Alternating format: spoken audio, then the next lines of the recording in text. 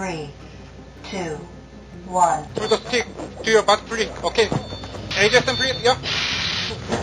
1, 2, 3, 2, 3. Oh my God. 한 여성이 공군 조종사의 비행 환경 적응 훈련 중 하나인 G 테스트를 받는 도중 5초 만에 기절하고 말는데요. 그 주인공은 바로 영국 BBC 서울 특파원 로라 비커. 현지 시각으로 지난 4일 BBC는 초음속 전투기에서 북한복이라는 영상을 공개했는데요. 이 영상 속 비커는 초음속 비행기 T-50에 탑승하기 위해 여러 훈련을 받았어요. 일명 G 테스트라고 불리는 가속도 내성 강화 훈련은 전투기가 급격하게 기동할 때 발생하는 생리적 현상을 체험하고 의식이 상실되는 것을 방지하기 위한 훈련인데요. 지상에서 받는 중력의 N배를 견뎌내야 하는 매우 힘든 훈련이에요. 기절했던 비커는 구토를 한 후에 고공저압 환경 훈련 등 나머지 훈련을 진행했다고 하는데요. 그 후 그는 G 테스트에 다시 도전할 수 있었습니다. 6G의 중력 가속도를 무려 20초 동안 버텨낸 비커. 훈련의 통과에 마침내 T-50에 탑승할 수 있었습니다. 비커는 기내에서 한국이 국방에 많은 돈을 쓰고 있는 것은 놀랄 일이 아닐 것이라면서 한국은 공식적으로 여전히 북한과 전쟁하고 있기 때문이라고 설명했어요. 그는 전투기를 거꾸로 뒤집어 회전하기도 하고 직접 조종해 우회전해보기도 하면서 성공적으로 비행을 마쳤습니다. 비커는 SNS를 통해 군사 강국이 되기 위한 한국의 목표를 더 알아보기 위해 한국 공군과 시간을 보냈다고 밝혔어요.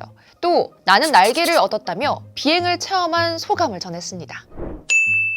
지난달 말 서울의 한 집주인이 월세가 수개월째 밀린 임차인의 집으로 찾아가 겪은 안타까운 사연이 알려졌어요. 다급하게 들어간 집 내부 상태는 꽤 심각했는데요. 벽지는 갈기갈기 찢겨 있었고 창문 아래에는 쓰레기들이 널려 있었어요. 집 곳곳에는 정체불명의 배설물이 나뒹굴고 있었는데요. 그리고 이어지는 숙소의 상황, 보는 사람의 눈을 의심하게 만들었어요. 서로 생김새가 비슷한 30여 마리의 페르시안 고양이들이 오피스텔 안 좁은 옷장과 서랍, 심지어 화장실 세면대 위와 변기 주변까지 몰려 있었는데요. 불결한 환경으로 인해 눈병이 생기거나 다리가 불편해 보이는 고양이들과 임신 중인 고양이도 있었다고 해요. 생김새가 비슷한 것으로 보아 이 고양이들은 한 배에서 태어난 것으로 추정됐는데요. 고양이들을 제대로 관리하지 못해 방치 상태로 놔둔 임차인은 고양이들의 소유권을 포기한다는 각서를 쓰고 퇴거했어요.